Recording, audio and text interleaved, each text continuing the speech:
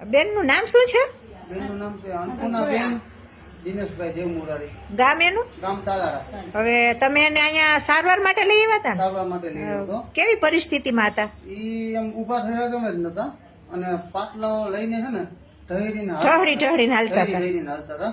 હા, તો પછી અહીંયા લઈ આવ્યા પછી તમારા માલિશ ને માર્ગદર્શન ને સૂચના ને મલમ ને આપણી સારવાર લીધી. સારવાર લીધી તમારી, એટલે એનાથી છે ને હાલતા ચાલતા થઈ ગયા છે અત્યારે. હા, અત્યારે ઇન્ડોરે હિચકવા મીંડાશ. હા, અને ઉભા થઈ ગઈ છે, હરી કાઢે છે.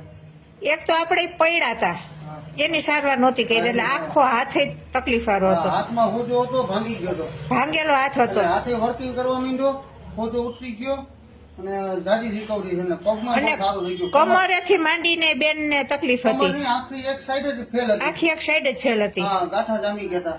ડાબી side. ગભરાઈ ગઈ હતી. બહુ સારું રિઝલ્ટ. તો એમાં આપણે દવા ખવડાવ્યા વગર રિઝલ્ટ લઈ આવ્યા ને? હા, દવા